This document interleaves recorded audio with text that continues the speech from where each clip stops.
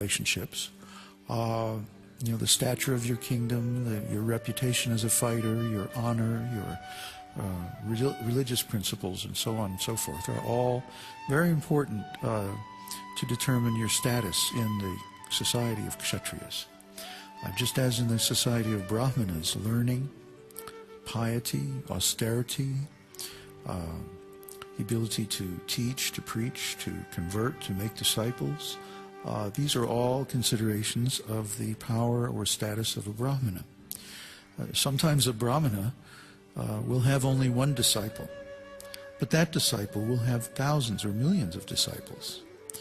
So many things are possible for them, and they work in different ways. They're not material ways, but they're spiritual ways, because they're based on the quality of the knowledge that they hold and disseminate. So the quality of the Brahmana's knowledge depends upon their purity, their learning, their austerity, and these qualities are very much in demand in Brahmana society.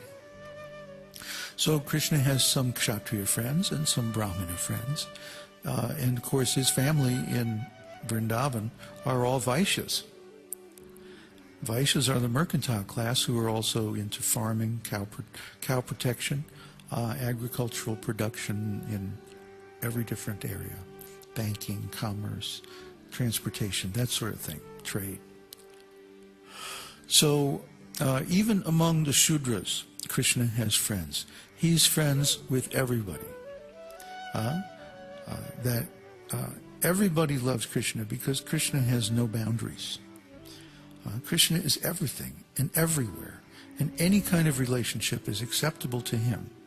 So if you want to approach Krishna as a friend on an equal level, that's fine. In fact, Krishna even accepts us serving him on a superior level. For example, Krishna's mother and father, Krishna's teachers, his uncles, aunts, like Kunti, his superiors in the lineage of the Yadu dynasty, grandfather Bhishma, for example. So many elderly devotees in the different dhamas in the spiritual world. Dasharat, King Dasharat, the father of Lord Ram, they're all rendering devotional service in the capacity of a superior parent type role. So Krishna accepts us in those roles as well. Oh, that parental role is called Vatsalya Ras. Vatsalya Ras means parenthood. The final rasa, and actually the most pleasing rasa, is Madhurya Rasa. And in this rasa, the devotee becomes Krishna's wife or girlfriend. The wifely relationship is called Svakiya Ras, and the girlfriend relationship is Parakiya Ras. All of Krishna's conjugal relationships in Vrindavan are in Parakiya Ras. He does not become married until he goes to Mathura and Dwarka. Those are Svakiya Ras, married relationships, marriage relationships. So he has his girlfriends when he's a prince in Vrindavan. His father Nanda Maharaj is the king of Vrindavan. So Krishna is the prince of Vrindavan. He has so many girlfriends. But when he goes, when he goes to Mathura and Dwarka, then he becomes the Marian type, and he has those kind of relationships in those dhamas, in those pastimes. So, as I brought up the other day, the question is now, what do you want to do with the rest of your eternity? All the liberated spiritual entities in the spiritual world are in deep love and affection with Krishna. And they're doing exactly what they want to do. That's where they want to be, and they are so happy and so satisfied they just want to be there for the rest of eternity. And we also have a role that we would like to play in Krishna's pastimes. And the process of sadhana bhakti is to uncover this role. So, of course, our principal relationship is with Krishna in one of these 5 sthāyi bhavas, 5 principal rasas. But we also have relationship with all of other Krishna's devotees. His mother, his father, his friends, his servants, his lovers. And these relationships are extremely rich and complex and beautiful. Sort of like an Indian movie, with all these different characters. And their beautiful relationships and interconnections and how they play. These pastimes are play. They're not struggle. They're not serious. Like I said, everybody in the spiritual world is doing what they really want to do for the rest of eternity. What makes them just so happy that they forget their own names sometimes. This is spiritual bliss. And this spiritual bliss pours out of the heart of the devotee when they connect with their actual original identity. And when they reach that realization, then they're free to leave the material world and go to the spiritual world and live forever. And who wouldn't want to live forever if you could just be, deliriously happy every day of your life for that length of time? Who wouldn't want to live forever? The other question was about, what is my inner state, or what is my life like from where I sit? Well, I can see 3 kinds of consciousness.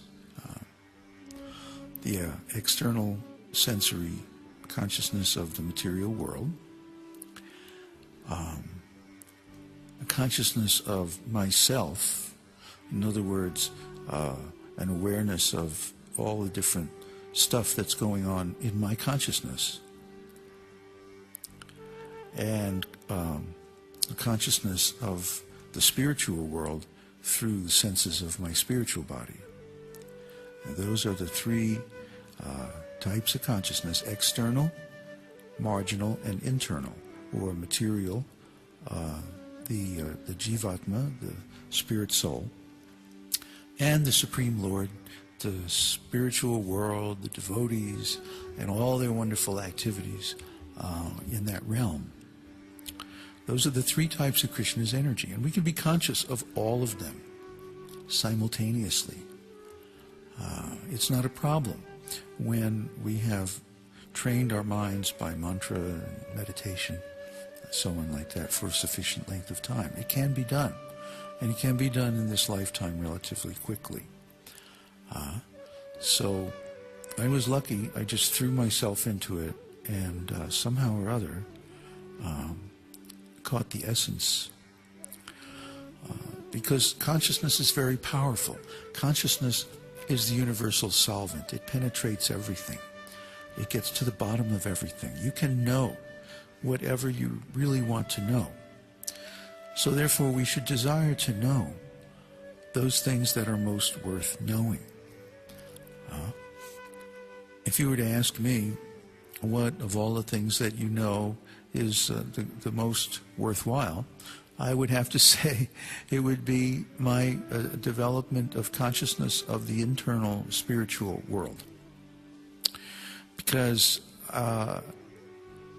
in that consciousness, I am not, as you see me, in this material world that we kind of both share, hang out in. In this material world, I'm a, older fella, from back east, and went to college and was a hippie for a long time and did a lot of crazy things. But then I traveled all over the world as a monk for many years, visited many holy places in India, performed rituals there, and so on and so forth. So gradually, my consciousness changed. And now it seems to be permanently altered. No matter what I do, it stays focused on that spiritual realm. Because only in that realm can I experience the pure love that I crave. The Lord is like an ocean of love. And when we open our hearts to Him and we say, just, come on in, make yourself at home. Well, of course, He's already there. But when we realize and accept that He is our eternal partner, life becomes so much easier. We don't have to work so hard. We don't have to think so hard. We don't have to figure things out for ourselves, because Krishna is there.